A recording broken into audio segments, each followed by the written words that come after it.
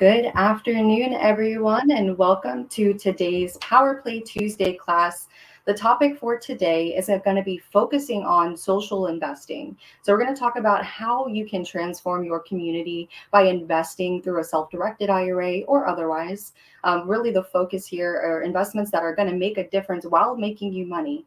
So, as we kind of go further into 2023 and moving into 2024, there certainly has been a focus shift on more sustainable and economically viable investments. And so today we really want to take some time and really touch on one of the major benefits of being able to self-direct your IRA into investments that are actually making a difference. And so with that said, we are going to go through some of the usual housekeeping topics.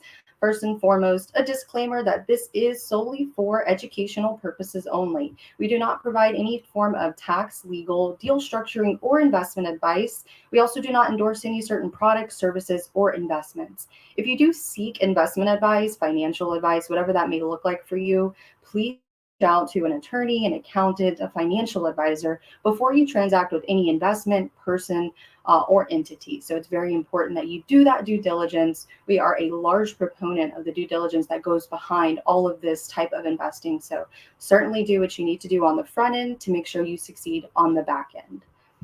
Now, with that said, for those of you who may be tuning in for the first time or who may not be as familiar with Quest, we are a self-directed IRA custodian operating out of the great state of Texas.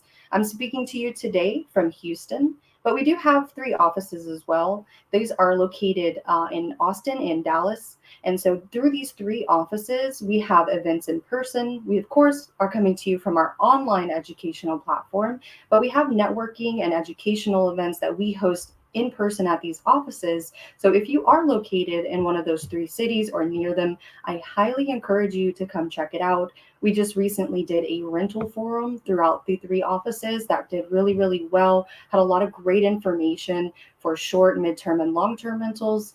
And if you're interested in that, feel free to check that out as well. It is posted to our YouTube page. So while we're physically based in Texas, we actually have 20,000 active clients across the country. So we are not specific to Texas investors. If you are watching from any other state in the country and you have an IRA or a 401k, you can also get started self-directing through Quest. Over the 20 years that we've been in business, we've accumulated 2.83 years under our administration. This will include cash, but this will also include assets such as real estate, private lending notes, private entities like syndications, for example, and many other alternative investments, because that's really what Quest focuses.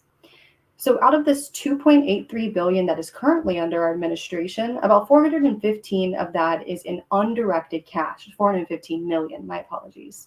This is really an opportunity for those of you out there who may be seeking investors for your own deals.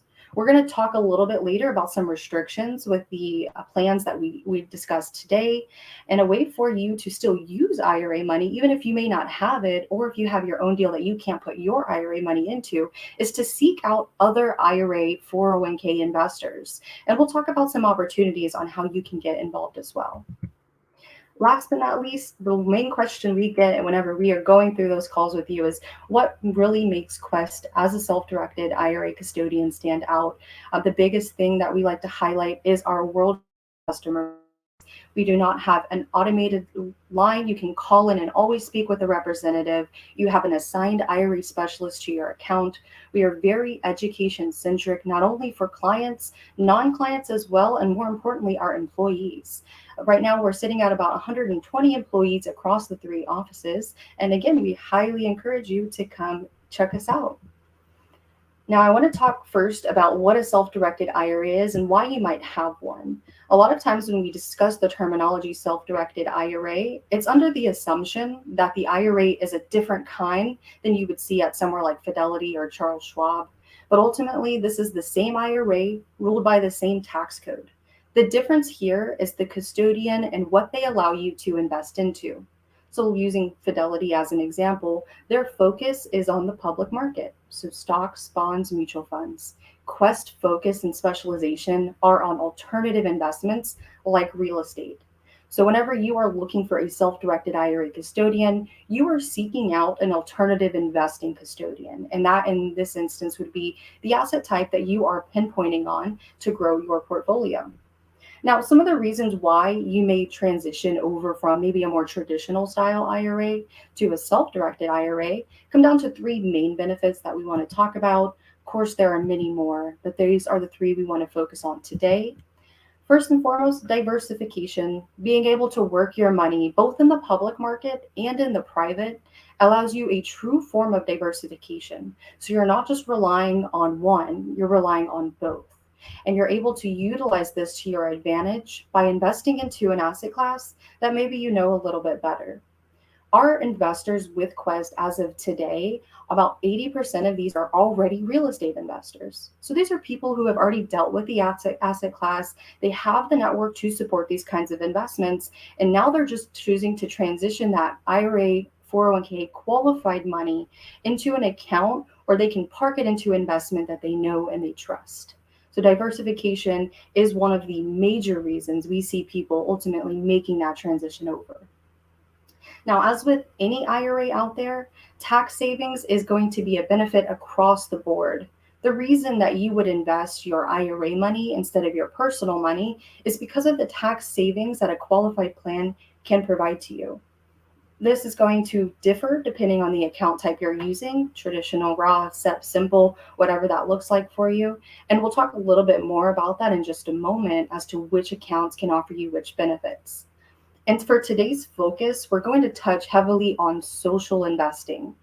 One of our president is actually going to come on and talk a little bit about a case study when it comes to social investing. And so look forward to that a little bit later in the presentation. But just a brief definition of what this means. Ultimately, social investing refers to being able to park your money and invest it into something that can do social good. This can be improving your community and through a number of different methods, purchasing real estate in an area that's kind of hard hit, maybe by natural disaster or otherwise, and allowing your money to work for you as well as for your community. And so this is what the focus of today's presentation is going to be. So I'm actually going to spend a little bit of time on this one because I do think it's important, especially as we approach towards the end of the year here. It's going to be very important for you to paint out that full financial picture with your CPA, see which of these plans can work for you and for your family in the long term. Know that all of these accounts are about building long-term wealth. They are structured for retirement, and our specialty accounts like the health savings account and the education savings account are structured for your future and to benefit you then. So we'll talk first about our personal plans, and I'm going to link as well some classes below that are going to go into a little bit more depth than I think we have time for today. So our personal plans are the most common plan that Quest holds. Traditional IRAs are typically utilized for those who have a lot of money sitting in old 401ks and they're looking to consolidate that into an IRA that can purchase real estate. So traditional pre-tax plan. Most of the time when your employers are contributing to a 401k, they're looking for a tax deduction just like you might be. And so in most cases, these 401ks are primarily pre-tax dollars.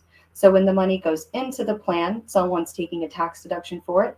In most cases, it's important to know that there are limitations to that. And with a Roth IRA, the money is after tax. So when the money goes in, you're not taking a tax deduction for it. This is what we call paycheck money. This means that the taxes have already been paid. Now, the main difference between these two, besides how the money goes in, is how the money will come out. First and foremost, with the traditional IRA, we stated that this is pre-tax. A tax deduction was taken, meaning that whenever you do decide to pull funds out, ideally in retirement, you'll then be charged income taxes on the amount pulled out. This is going to be your income tax rate unless you pull out enough to push you into the next bracket, something that you'll want to speak with the CPA on before transacting within the account in and of itself, because you want to make sure that you're very aware of the tax liability that comes with distributions from a traditional IRA. Another thing to note with the traditional is that because it's a pre-tax account, the money in it is going to be required to come out at a certain age. So whenever you hit 73, if you were to turn that this year, you would need to start taking your required minimum distributions. The IRS will set a number based off the full account value of all of your pre-tax plans across the board. And with that, you'll start to be required to take that out on an annual basis. Uncle Sam does want his money at some point in time. So this is the reason that we see this required minimum distribution requirement or R&D with a pre-tax plan like a traditional IRA. So we talked also about Roth IRAs being after tax, and one of the largest benefits of an after tax account is that it grows tax free. This means that when you start to invest the money in a Roth IRA and you start to make money off of that money, well, ultimately, in a qualified manner, this money can come back out to you without it ever touching taxes.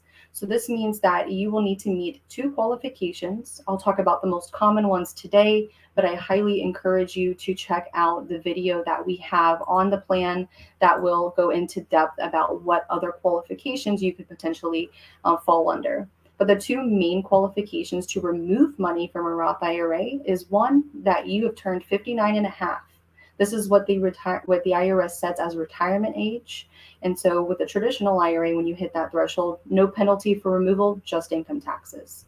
With the Roth IRA, if you hit 59 and a half and meet one other qualification, the most common qualification being that you've had a Roth IRA and made a contribution to it, and it's been 5 tax years since that first contribution. That means if you make a Roth IRA contribution today, November 2023, you are already very close to fulfilling your first tax year. And then you only need to wait 4 more in order for that account to show up as qualified.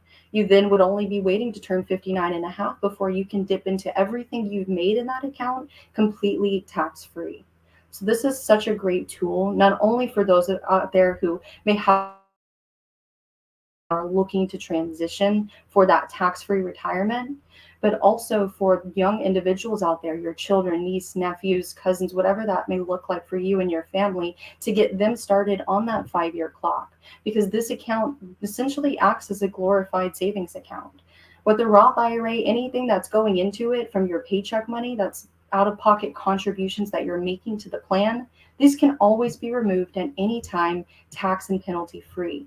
The buckets of money within the Roth that you cannot access right away will be things like your conversions and your earnings on investments. Those are the two that may have additional asterisk as to what you need to do before you can pull the money out. But at least with contributions, this can act as a savings account for those who may need it for education expenses or what have you. So some really, really great plans. The most common we have, the Roth IRA actually being the most popular plan that we hold, and I'm sure you can understand why. Next, we are going to talk about employer plans. There is a lot of information out there about these employer plans. I want to link the class for you first because I can go over a very high overview of what these plans are. But like I said, so much information, you'll certainly want to deep dive into that. We're going to tie SEPs and simples together because I want to take a moment to talk about solo 401k separately. But a SEP and a simple IRA, these are employer plans for small businesses or self-employed individuals. So this is going to be a kind of an alternative to a 401k that you may set up for your business. This is likely more common for those with employees, but it does not have to be. And with the SEP IRA, simple IRA, the contribution limits are much higher than your personal plans. For example, your personal plans are maxed out at $6,500 for the tax year of 2023. That means that's what you can take out of your back pocket and put into the plan. $7,500 if you're over 50. But then with an employer plan for like a SEP IRA, for example, the maximum amount you can put in is $66,000. Now, this is going to be very dependent upon your income that the business is generating. So this is not always the amount that you can put in just because you have the plan open. However, it does allow you to funnel quite a bit more into a qualified plan than your personal plans would. And even better, you can have a personal plan and an employer plan and max them both out within the same tax year. That is an option that you have. So ultimately, if you are a self-employed or a small business owner, then you have the option to funnel the most amount of money into a qualified plan. And for those of you working a W-2 job, if your job is offering that 401k, we always say the first best time to start was yesterday, the next best time is today. So certainly max out those contributions if you can, or at the very least start contributing. And I really want to highlight that fact, especially for the young people out there who may be working those jobs and are wondering if they should start siphoning money into that 401k. It's always great to start when you can. Now, I wanted to take a moment to talk about the solo 401k separately, because this is a very, very powerful account. For those out there who may be advanced real estate investors and have done this in an IRA before, if you are a self-employed individual with no employees outside of a spouse, a solo 401k can actually offer you a great benefit to some of the investments that you're making. One of the largest reasons that we see real estate active investors transitioning to the solo 401k is because it offers an exemption to what is called UBIT or UDFI. So UDFI is going to be unrelated debt financed income tax. So if you are investing through an IRA and you are debt leveraging those properties, a solo 401k could potentially offer you that exemption. And so this is a very key point to the solo 401k itself. It's also one of the accounts out there that does legally offer you checkbook control. We have recently unleashed a new platform that does a heavy load of the record keeping on your behalf and will help you maintain a plan and stay in compliance. So I'd love to talk to you more about that. I will, of course, link at the very end a link to schedule a consultation on those accounts. And last but not least, I want to talk about our specialty plans. This is going to encompass our health savings accounts and our education savings accounts. What's important to know about the health savings account is that it is a qualified plan, meaning that, or a qualifying plan more so, meaning that not everyone can have a health savings account. But if you do have a high deductible health care plan, then likely you've already checked the first box. This is something you want to check in with your insurance provider on to see if you fall under a health savings account allowable plan. And if you do, this account acts basically what we call in the best of both worlds. Meaning when you put money into a health savings account, the money is pre-tax. So you take a tax deduction for it right off the bat. And then whenever you pull the money out for qualified health expenses, the money is coming out to you tax-free. So you're getting the best of both worlds in the sense that you are able to invest through this account, put money into it, and take it out without taxes ever touching it. And this, of course, the big asterisk next to it is only for qualified health expenses.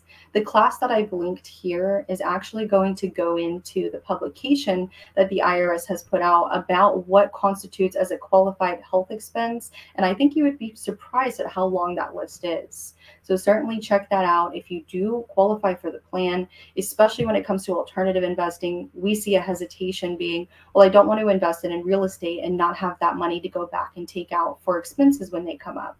Well, this plan allows another extreme benefit, which is that if you establish it within 2023 and you have a health expense within this year, you can pay that health expense out of pocket today. And then when there is enough cash in the health savings account, you can reimburse yourself at that time. As long as the plan was created within the year that you incurred the expense, you can go back and pull that money out whenever you'd like. So this is another great benefit to the account for those who are considering putting real estate into something like a health savings account. And the last one I'm going to touch on, it has the smallest contribution limit out of everything we've talked about today. The maximum you're able to funnel into a Coverdell education savings account is $2,000 per child per year. And so even if you have two, ESAs open for one child, you can only contribute $2,000 max between them. And so this account in and of itself is going to operate closer to a Roth IRA because the money goes in after tax, right? So you're not taking a tax deduction to put money into a Coverdell, but whenever the money comes out for qualified expenses, the money is coming out to you tax-free. And so the qualified expenses here, keyword is education. So this will be qualified educational expenses. And it's important to note that this account can only be set up and contributed for anyone under the age of 18. So a limit as to who can have this plan. But once it's open and active, have other beneficiaries under the age of 18, it can also be transferred over to them. And so it's a very powerful account that often gets overlooked because of that contribution limit. But there are a host of strategies out there that can allow you to invest this money alongside other money like IRAs or 401ks and really get the full benefit that account allows. So we are going to very briefly touch on investment choices here. There are three main categories that we see. This is by no means an exhaustive list. This is going to be how we separate our departments because this is what each department's specialization is. So real estate, for example, is going to very clearly refer to the direct ownership of real estate. So you're typically closing at a title company. That means the IRA is actually taking direct title to a property. Now, this can be one IRA, three, four, five IRAs, just depending on how many accounts you are looking to use to meet a minimum. So most of the time when we're processing these types of investments, they're typically single family homes, although we've certainly seen an uptick in things like tax liens or option contracts. So these are all something that you could potentially look into if you do have a smaller dollar account that you're looking to invest. Another pretty fairly popular investment for the IRAs is land, just raw land. And this gives you an opportunity to potentially build on that land. And so we've certainly seen some interest in that area. And we actually have a lot of great information on our YouTube page that's archived with some experts that focus on that industry in particular. So I certainly recommend that you check out those videos and maybe reach out to some of the other individuals who have been successful in that industry to see if this is going to be a good fit for an asset class for you and your network. The second one I want to talk about is private entities. Now, this encompasses a large variety of investments, but the most common that we see are multifamily investments, funds, or private stock. Those are the most common structures that we see fall under this category. And so you can invest into things like syndications through the IRA. And I want to touch on what we are here to talk about today, which is the social investing aspect. And you can choose to work with a company, a syndication that you know is doing social good, whether that be some form of assisted living facility or what have you. You'll be able to vet out the people you work with and make sure that your values align. And I think that's a really important part of the process, no matter which asset class you are investing into. And so the last category we're going to touch on, again, not the final list of what can be invested into, just the most common that we see. And so with promissory notes, the most common is some form of secured loan or mortgage. We do see convertible notes, I'd say fairly often, converting either to private stock or other things, just depending on what you and your borrower come to. This is one of the biggest benefits of investing into notes with your IRA is that you're essentially acting as the bank. You get to choose things like the collateral, the terms of the loan, maturity date, interest rate, all of that fully negotiable between you and your borrower, offering you the best and largest sense of control over the investment itself. So some really great options here in terms of what you're able to invest into. And so I want to as well, because I see we have a comment to ask about the education savings account. What if the cover del is not used for higher education? Then you have the option to, technically the account can stay as is until the individual is the age of 30. However, you either want to transition this out to another individual under the age of 18 to be a sibling, but it just needs to be under that age threshold. Now, if you have no one to transition it out to, then ultimately the account will need to be depleted, and there are penalties for taking the money out for non-qualified reasons. So just know that that may come into effect if the money does not get used for qualified expenses, but that you have many options to transition that, typically within the family, to another individual under the age of 18 who can take advantage of some of those tax benefits. So great question. And we are going to move on to our restrictions. I will be brief here, but I do want to mention it.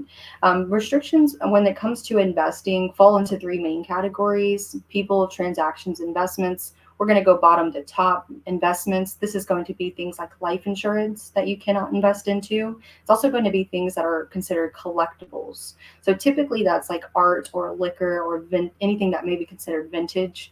So these are some of the things that the IRS says you cannot invest into. The collectibles, a good explanation for that being that you need to have a hard valuation of the investments in your account every year, which can be fairly hard to do with collectibles. So not something you can hold within the account for that purpose. Life insurance, they essentially don't want you investing in others' death. Feels pretty straightforward to me. So these are just the two main categories I say that the IRS says you cannot invest into with the account. Transaction restrictions actually ties very closely to people restrictions. People restrictions are going to be the account holder, their spouse, their children, and their parents. These are people who cannot buy, sell, trade, or loan to or from the IRA. For an easy example, that means if you personally own a property, your IRA cannot purchase that property.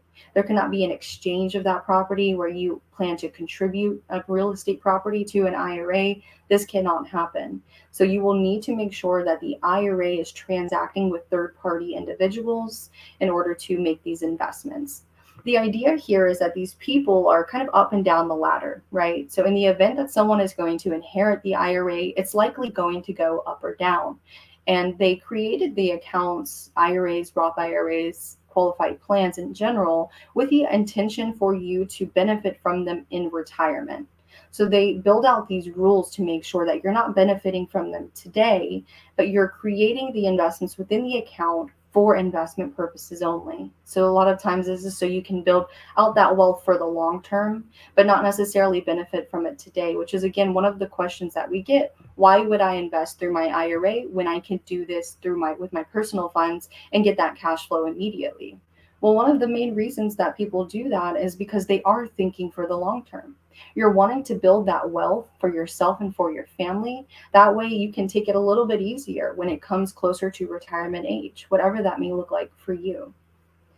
And I want to highlight this question because it actually ties right into what we're talking about right now, which is self-directed IRAs allowing them to invest into other LLCs or businesses, and are there any limitations to doing so?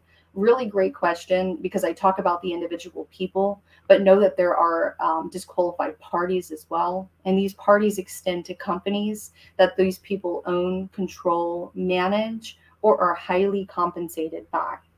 So these people restrictions will extend over to any businesses for your own, your spouse, your children, your parents, grandparents, grandchildren, up and down that line, meaning that your IRA cannot directly invest into any of these entities if they are controlled or managed by those listed individuals. Outside of that, you can work with other LLCs and what have you on a contract, on a syndication, whatever that is going to be. You can do this. You just want to make sure it's arm's length away and it's not something that you are personally managing. So really great question. These are kind of a very high overview as to what those restrictions are. Again, we have a lot of great information posted to our YouTube page that goes into a lot more depth as to what these restrictions look like. A lot of great analysis out there as well as to some of the things that could potentially go wrong in an IRA and how to circumvent them as well. So highly encourage you to check that out if you can. All right, so let's talk about social investing. How can I make a difference with the money that I have and want to invest? The intention with social investing is to integrate social and environmental objectives into real estate projects. So the goal isn't just to make money.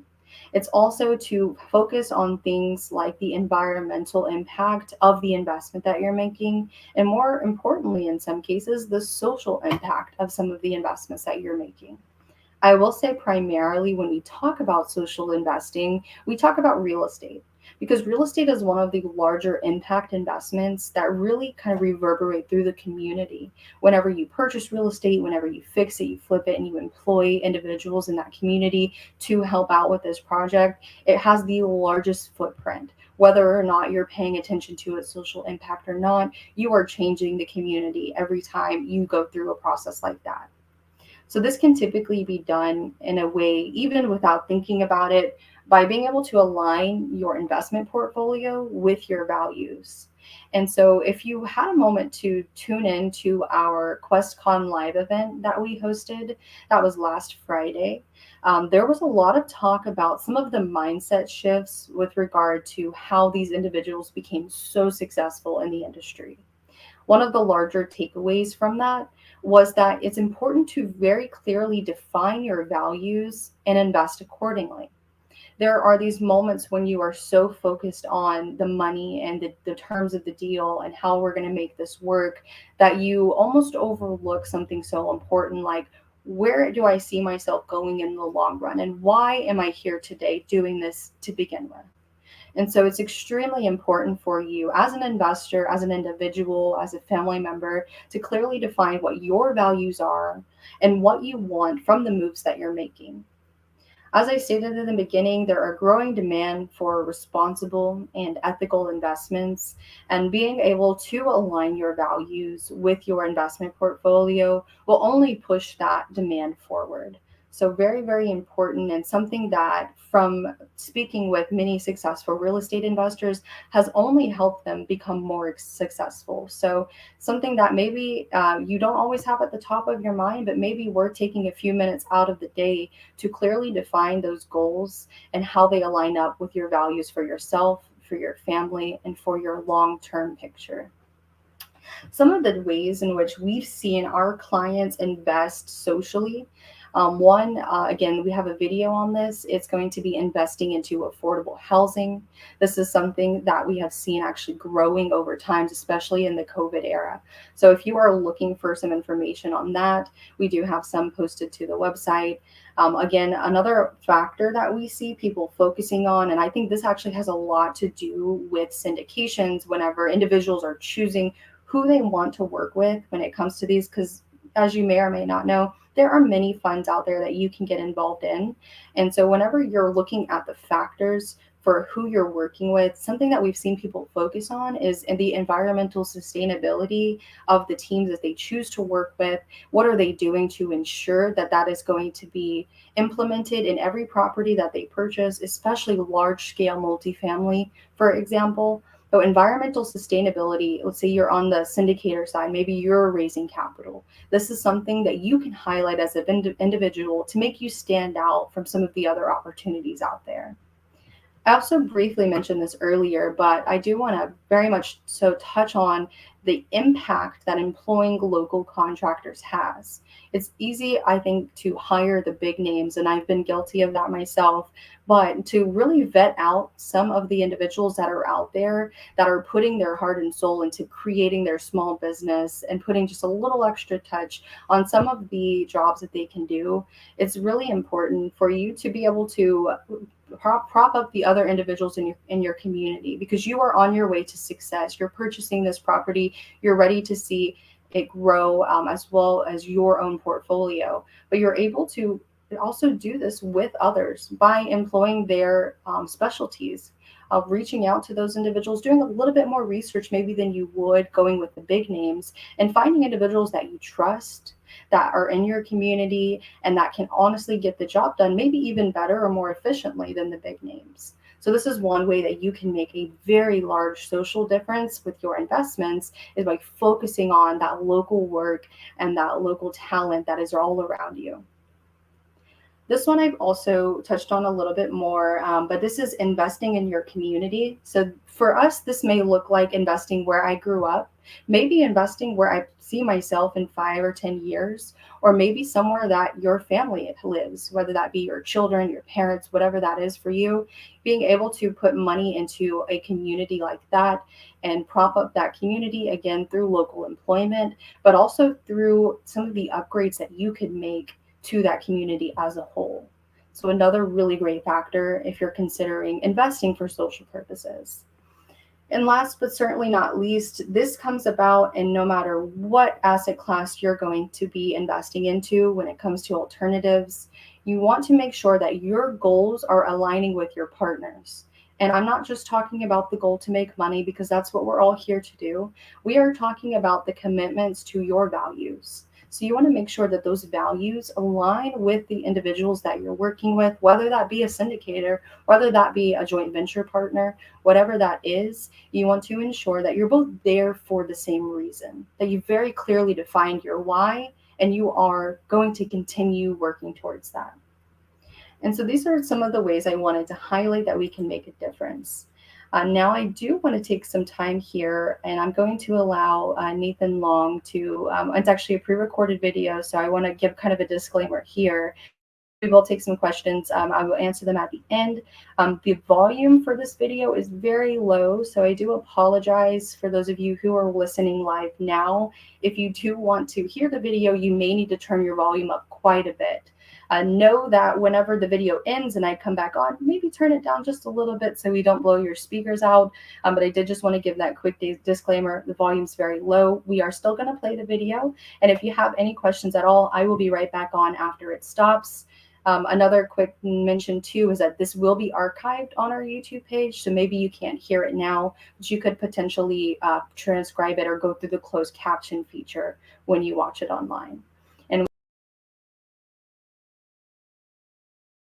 Nathan Long, president of Quest Trust Company, specializing in self-directed IRAs. I get asked about investing all the time, and the one question I don't think I get asked enough, or people don't think about when they're investing, are the social impacts that the investments they do make.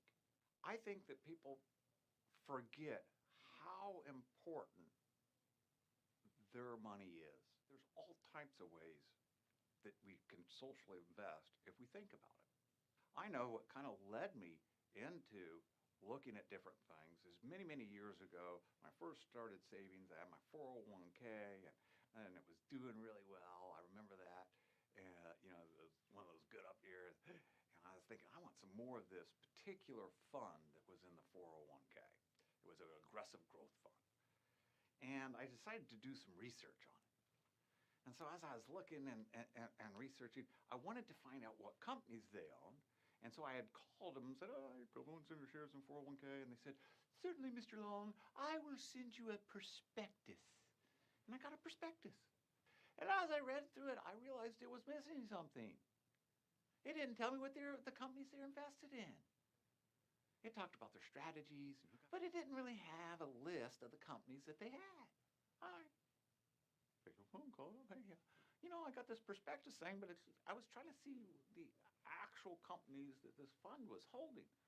And then I got this kind of, well, Mr. Long, it's hard to actually provide this list because the amount of shares and things fluctuate on a daily basis and things. Okay, could I get a list of what we own today, right now, just at this moment in time? And that's when my eyes started to open up. I started to look at some of the investments were in there, and I realized I would not invest in these companies separately. Not because they were profitable or unprofitable, but because some of their business practices were unethical. I'm a practicing vegan. I'm an ethical vegan. And some of there was some serious animal experimentation, type of animal experimentation that's not allowed in the United States. It was being done in other countries on some of the products. That bothered me. One of the things that really was upsetting is I found that they were manufacturing clothing in one company using child labor. Again, these are not things that I would normally invest in. Now, as I switched my life and do self-direction, all types of things happen. But often I'm a lender. I like to fill in that spot, where I become the bank for a short period of time while a rehabber is fixing it up. I'd rather just loan the money, get a little above average interest rate that's secured by real estate, right? Feels safe to me. I get a regular return and things. But that's not the only things that have happened there. See, what happens is that person that I'm loaning the money to is not just buying a house. They're buying a blight in our community, right? This is a house that is run down. The grass is mowed up. And the neighbors are going, tisk, tisk, tisk. Somebody should do something about that one. And they're fixing it up. And they're hiring people. Most of the time when I'm investing in my local community. So they're hiring people locally. They're supporting the community. And then something really magical happens. Is they move in Biff and Miffy, little dog Muffy, put up the white picket fence, and we've created the American dream. We've created home ownership for someone that may not have had it any other way. I've seen a lot of other types of times where social investing and self-directed was very, very powerful. Matter of fact, I had the opportunity to help a woman. She had a property that was right next door to hers. And the people that were living in it weren't very savory. The owners of the place weren't taking care of it. They'd rented it out to some people. She didn't know what to do. I made a suggestion. I was like, why don't you buy the property in your IRA and you figure out the renter and what to do with it? And this made a lot of sense to her. She had some experience owning some rental properties. She called the person up and they said, yeah, I've been so tired of that property. And because he wasn't a very good landlord, that's how he had put the wrong people in there, right? And she was able to buy the property in her IRA, use money from her IRA and fix it up. And then she was able to rent it out to much more savory neighbors. It was a cool way of really fixing up her own neighborhood using the funds from her self-directed IRA. And think about it from the other side, her retirement side. Before that, she was not very comfortable with the stock market and what was going on. So she had her investments in safe investments. We all know what that means. That means very low returns. But she felt very safe owning real estate, especially that she could keep an eye on it, knew what to do. And all of a sudden, after she had bought it, the returns, those rent checks going right back into her IRA. She had converted from a traditional to a Roth just before doing it. So all of the money she was earning was tax-free. And she had good money, and she was up there in age. A lot of people, why would someone do a conversion at that time in their life? Well, her big goal was trying to pass this wealth on.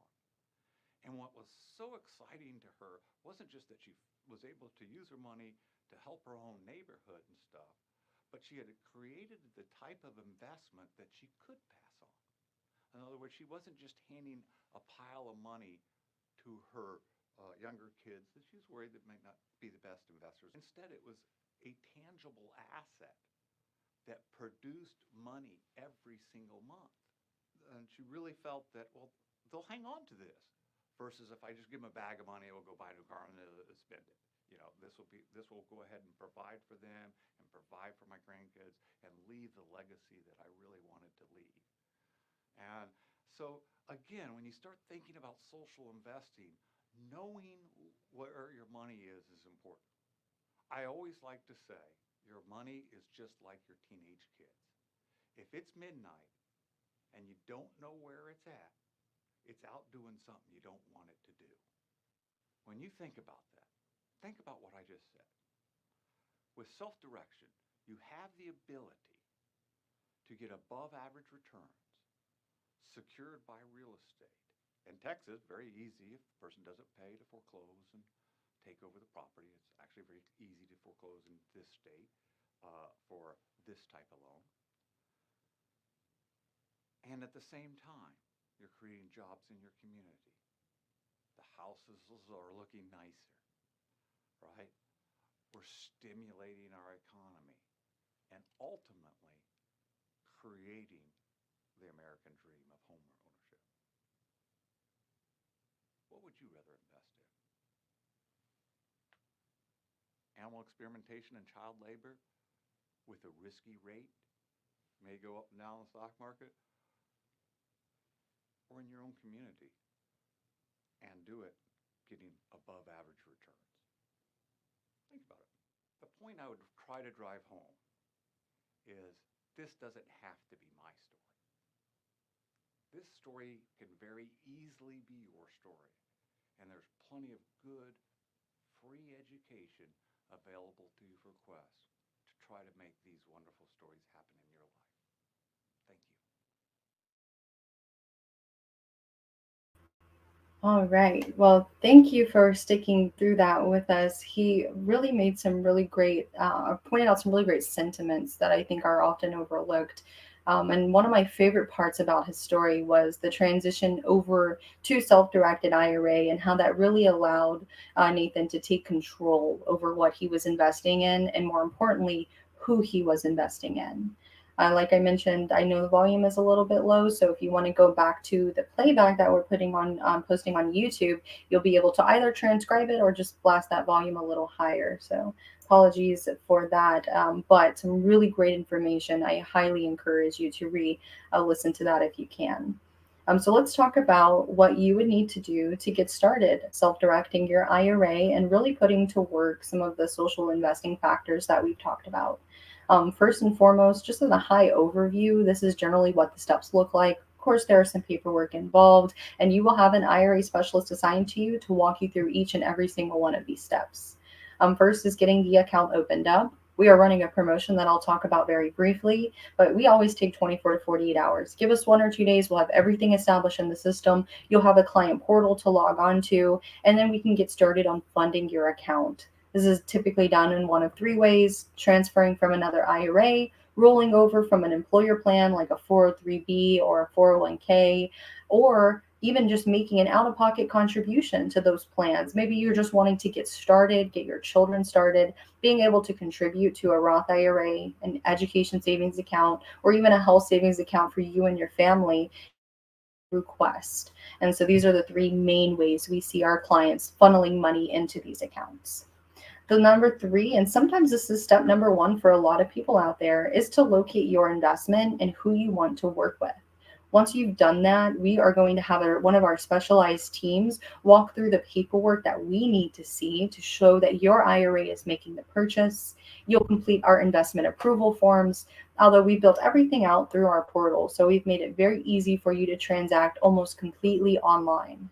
Once we have those documents and that we need to purchase the property, lend out on a note or what have you, it takes us again 24 to 48 hours to approve and then fund the investment. And by approve, we typically do a compliance review to make sure that the IRA is properly vested.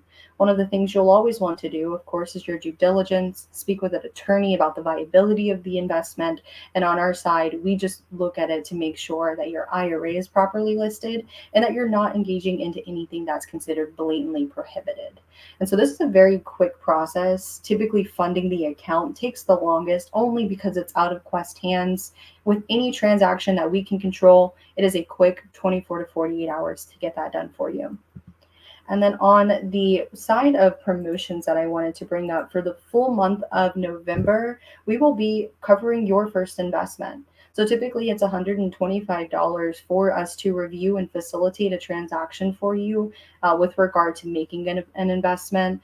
For this entire month, we are going to be covering that fee for you. Here is the coupon code right below. However, if you would like to go through a consultation before you move forward with this, I am going to give you here my contact information. This QR code will take you to my calendar. We can schedule a time to chat about your personal situation and what it is you're really looking to get out of this. Like we mentioned, your values and your goals are very important. So let's take a moment to talk about that and see what might work for you. Like I mentioned, we do custody these accounts so we can help you open up and invest through a traditional Roth, health savings account, solo 401k, all across the board. Everything that we discussed today, Quest specializes in, and we'd be happy to help you with it.